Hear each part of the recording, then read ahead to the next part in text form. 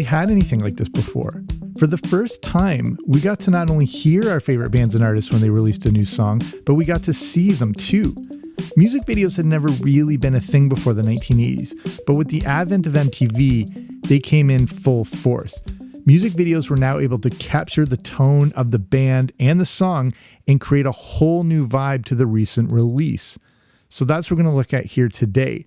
Especially with the explosion of new video content thanks to MTV, I decided let's count down, from my opinion, the 10 best music videos of the 1980s. So welcome, I'm Jamie. This is the Everything 80s podcast. If you're brand new, thanks for coming on out.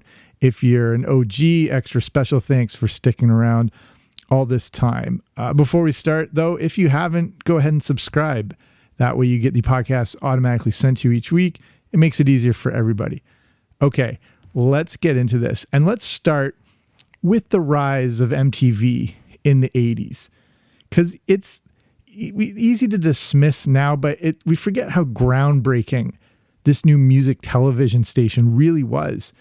It's not that MTV invented the music video, but they packaged it together onto a 24-hour station with an edgy and hip new format. Music videos had existed before, but not in the way you now know them. As with most things related to music, we need to thank the Beatles. When the Beatles got massive in the 60s, everyone wanted a piece of them.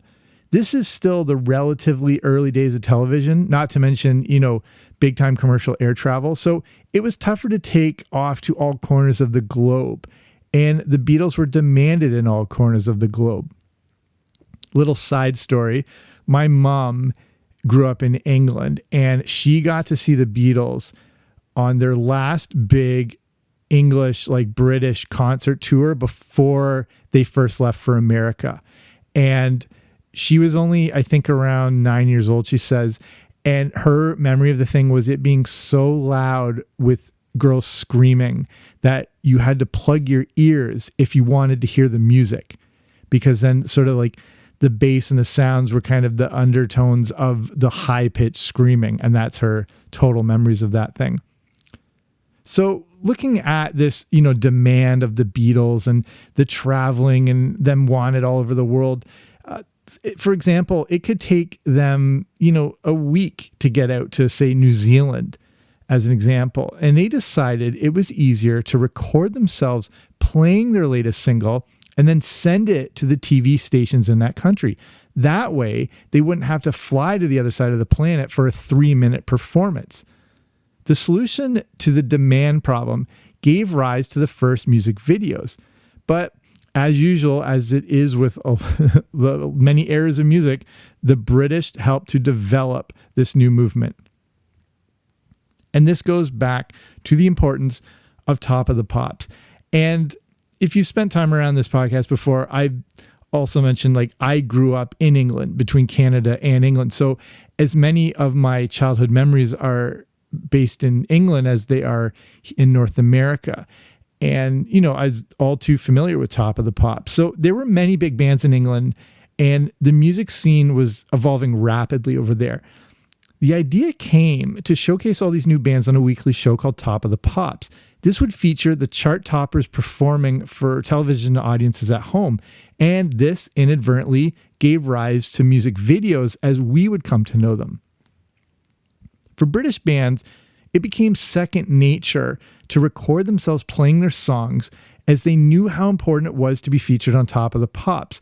They also knew how important their visual representation was and how crucial it was to look good on camera for their adoring fans. These British bands became experts at packaging their song and their look together into these short video clips. And this would serve them well with the rise of MTV.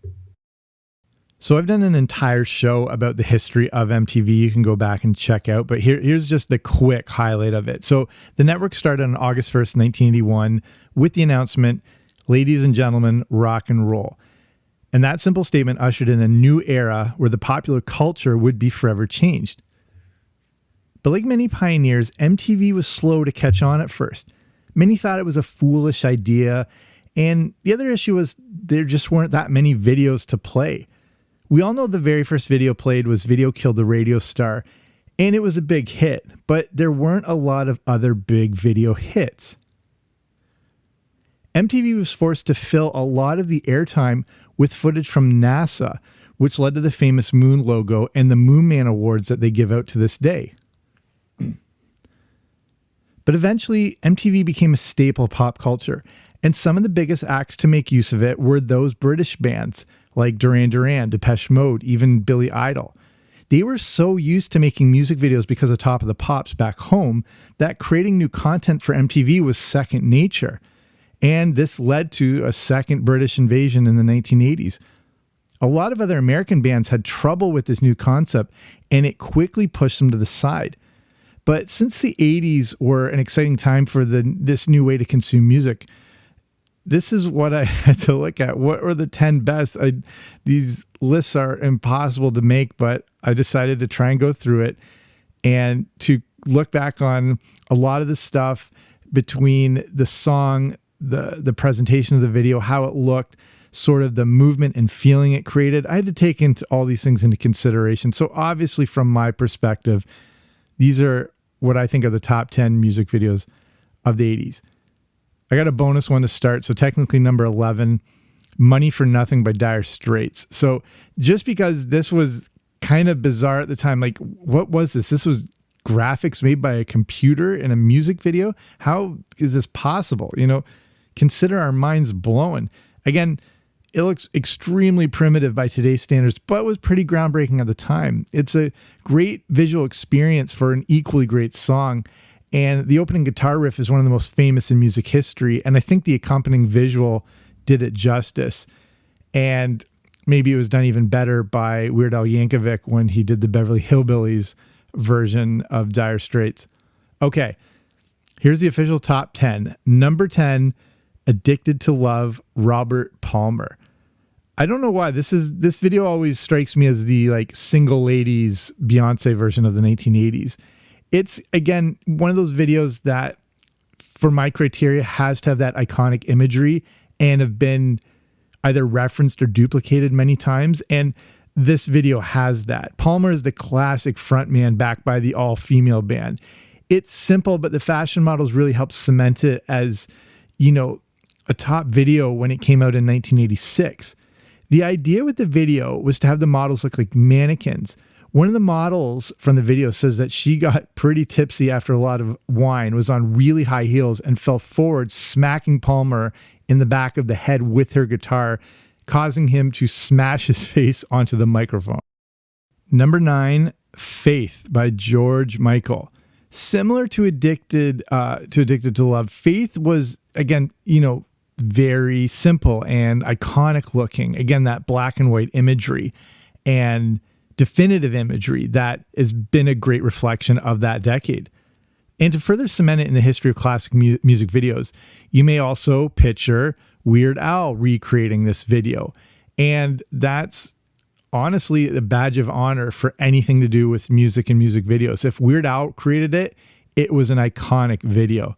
That's the sign of how powerful your video is if he got his hands on it. So Faith was a big song for George Michael, as it was him breaking free from Wham to show he was more than just like this teeny bopper, I guess, if you want to call it.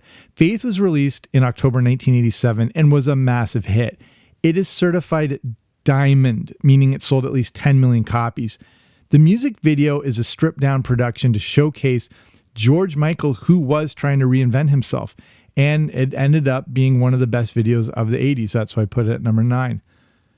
Okay, number 8, Material Girl, Madonna.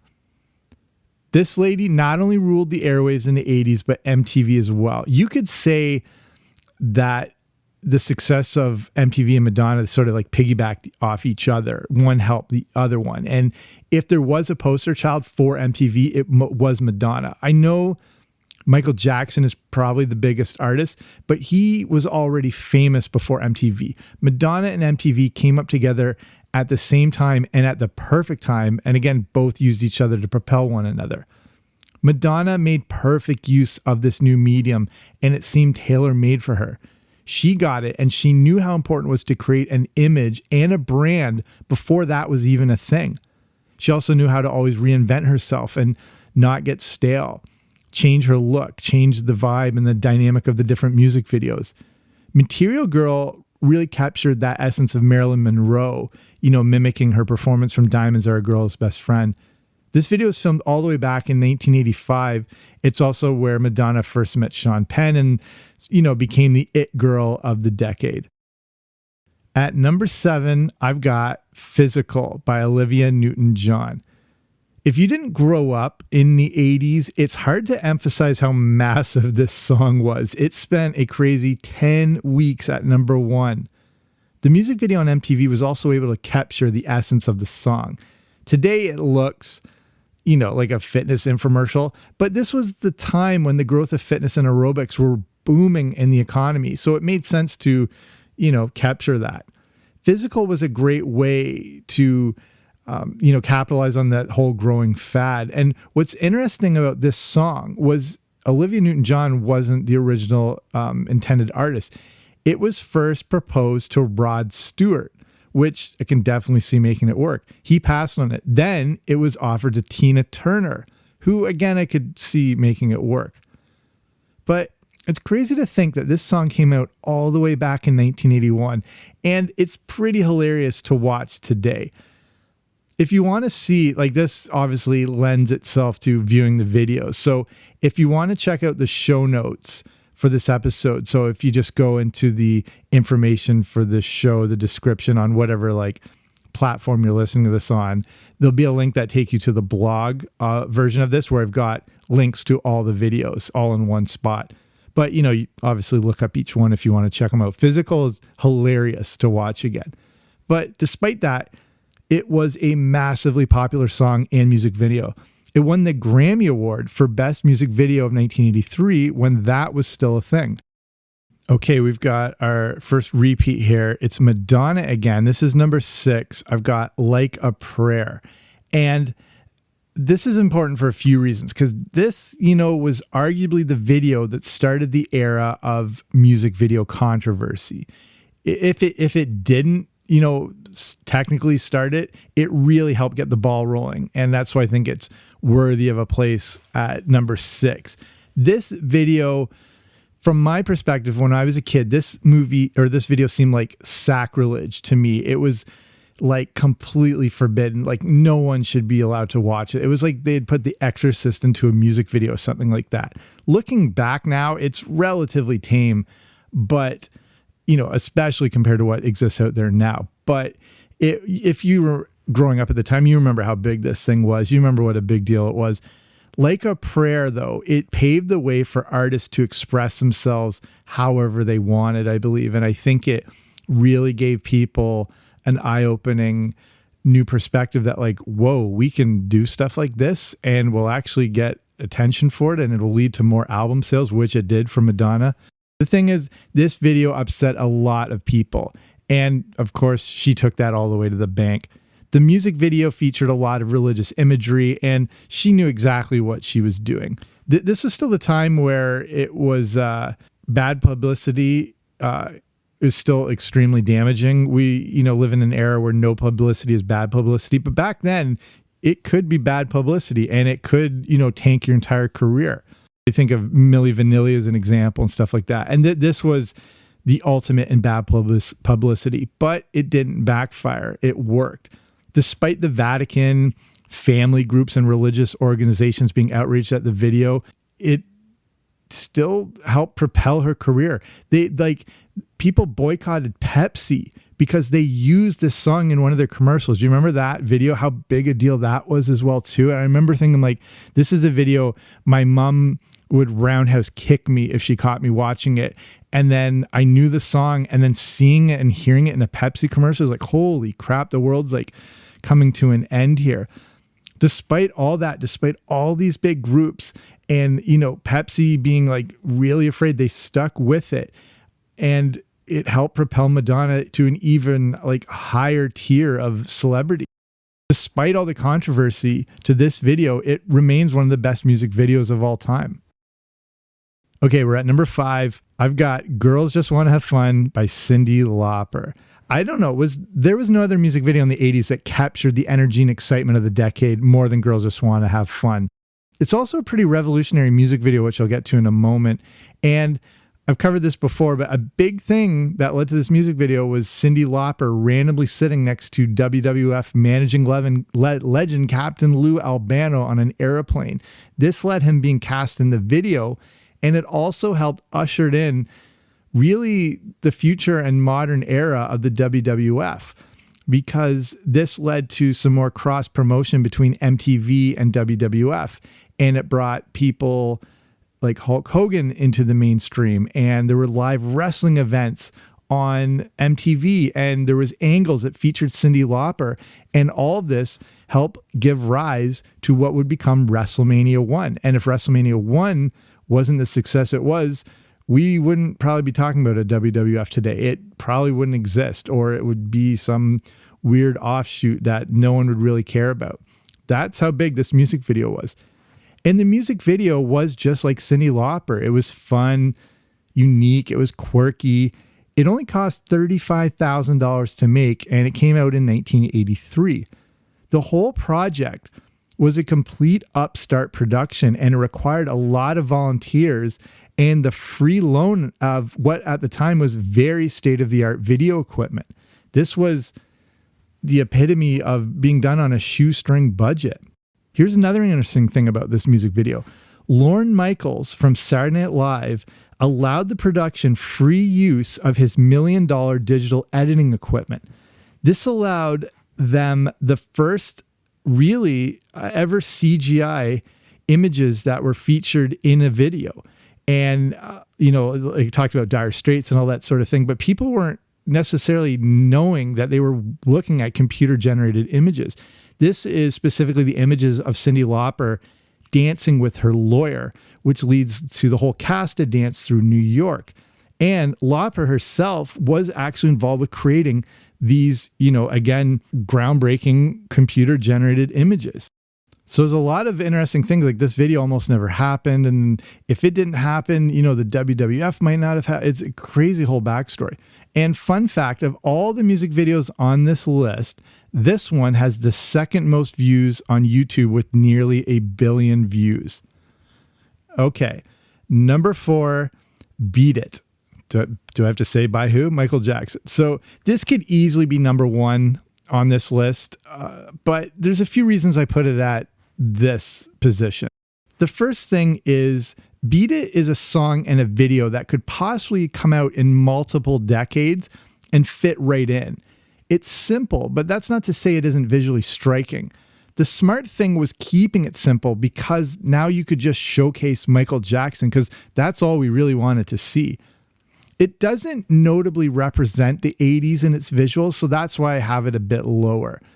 The other reason is Michael Jackson dominated the decade so much that I think we have to give other people a shot. And spoiler alert, you'll see him again in this list. Beat It is also notable as it was the first time Michael Jackson put out a real rock song. This wasn't a genre he had been involved with, but Beat It was a challenge from Quincy Jones to show that he could, rock hard, and he could explore all these different multiple genres and be comfortable in all of them.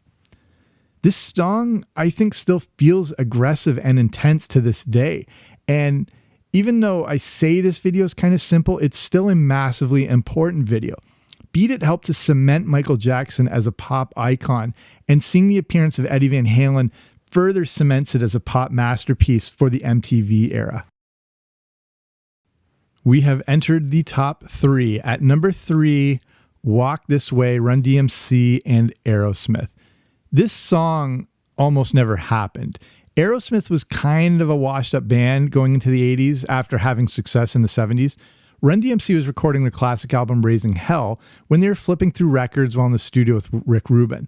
They stumbled upon an album from 1975 called Toys in the Attic by a band they had never heard of, Aerosmith. They started to freestyle over the track called Walk This Way, and Rubin thought this could make an ideal single. It would combine rap and rock and create an unprecedented new sound. Rap was just coming into its own in the 80s and was not yet the dominating genre it soon would become. They were able to get Steven Tyler and Rick Perry to record the song and then appear in the groundbreaking video. The symbolic video has the two bands breaking down walls to conjoin into one of the greatest songs and videos of all time. Fun fact with this, Perry and Tyler reluctantly appeared in the video as they were afraid they were going to be made fun of, but obviously that didn't happen. Okay, number 2, and this is where people disagree or shut this off and they won't like the orders. Okay, number 2, Thriller, obviously Michael Jackson. So I know this is not only one of the best music videos of the 80s and also of all time, but I think it needs to be classified differently. Thriller is more of a short film or an expanded music video concept. So for that reason, I don't put it at number 1. It's groundbreaking, it's iconic, it's influential, but it's more like watching a performance piece than a straight song music video. Not that that's bad. Thriller is the soundtrack of Halloween, and it's required viewing every October 31st. Michael Jackson showed the world what was possible when he released Thriller. Basically, music videos could be a serious art form. But here's the fact of the podcast. The Thriller music video was actually released on MTV on December 2nd, 1983. There's your good dinner party conversation. It wouldn't be a Halloween classic until the next year. I know a lot is said of Michael Jackson now, and that can be problematic, but just if you can separate the art and the artists and all that, it's just, if you have not seen this video in a while, it's mind-boggling how incredibly talented he was and how influential he was and how influential on decades further music and artists and genres and people just trying to recreate a little bit of it. And Thriller, watch the long form video. It's just unbelievable. Okay, number 1, you might see where this is going if you've listened to the show recently. It's Take On Me by a-ha. This is the video that helped define MTV and an entire era, and that's why I have it as the best music video of the 80s. The video and song are the perfect embodiment of the decade and this new MTV era. The unique video featured sketches come to life, which not only perfectly captured the song, but made perfect use of this new video medium. So here's an interesting fact you may not know. There were 2 music videos for Take On Me. The first one was a simple, performance music video that came out in 1984. Also features a different recording of the song. The one we all know was filmed in London in 1985. The music video is unique as it combines actual pencil sketch animation with live action combined together by a technique called rotoscoping. This is where the live action footage is traced over frame by frame to give the characters realistic movements. The video required 3,000 frames to be rotoscoped and took 16 weeks to complete. What we got was one of the most iconic music videos ever made and the one that I think represents the decade the best. This video has the most views on YouTube of this entire list, even more than Michael Jackson. It is at over 1.2 billion at this time. Take On Me then is my number 1 video from the 1980s. So I'll start winding it down here. I think most people would agree with this list, but maybe the order you might have it a bit different. You might bump some things around. There might be some you didn't include at all, but these are, for those various reasons, I think I've slotted them in at a, pretty good ratio. So I wanted to finish with the Patron of the week. This is over at patreon.com, which is the way to support this show, which I'll talk about in a sec, but I wanted to feature some of the top level Patreons and with little bios about them, just some, asking them their favorite things, just so you get an idea of the things that other people who are listening to the show like, and, things you may have in common, or just, just to share some of those personal favorites. So this week, Patron of the week is Aaron, and I was just asking some of his favorites. So his favorite movie, this one's mind-blowing. It's a movie called Night Shift. And I was vaguely aware of this thing, but not as aware as I should have been, and was able to track it down and watch it. So this movie came out, this is 82, I think. This is Ron Howard's very first movie. It stars a very young Michael Keaton. Actually, everyone's very young in this. It stars Henry Winkler when he still looked like the Fonz. It stars Shelley Long just before Cheers was going to debut. This movie came out a few months before Cheers started. It has a young Kevin Costner in it. You can barely recognize him. A 8-year-old Shannon Doherty. The music is made by Burt Bacharach, of all people. It's set in New York, and it's set in 1982 New York, when the city was an absolute cesspool. And just seeing what Times Square was like at the time, and I'm fascinated with New York City at that point. If you go back, I did an interview with a guy named Greg Young, who's host of the Bowery Boys podcast, which is a huge podcast and award-winning podcast that's about New York City history. And I had him on for an interview to talk about New York City in the 80s, because it's just a fascinating story. So if you go back in the archives, you can check that out. So some of his other favorites, talking about favorite music, Aaron's a huge, big Billy Joel fan in the 80s. Favorite cartoon was The Smurfs, obvious classic. And favorite TV show, he loved between Knight Rider and Different Strokes. So 2 amazing choices right there. So thank you to Aaron. And Patreon is, like I said, it's a way to support small independent shows like this for as little as a few bucks a month. But the difference here is you get different audio rewards for supporting the show. And there's a few different tier levels. So like I said, at the top tier level, you get, these features and shout outs on the show. And then I've got the middle tier level called the Boba Fett level. That gives you access to the Everything 80s Movie Club, where I review the good, the bad, and the ugly of 80s movies. I should do a night shift one. It's amazing to look back into. But if you want to see more and all the different stuff available, I also released the show on Patreon before it gets released, worldwide everywhere else. You can go to patreon.com/80s, so patreon.com/80s, or again, wherever you're listening, there should be a link that'll take you right there, just if you want to learn more. But that's it for me. Thank you for listening. Hope you enjoyed this show. I will be back soon with a new episode. Don't you dare miss it.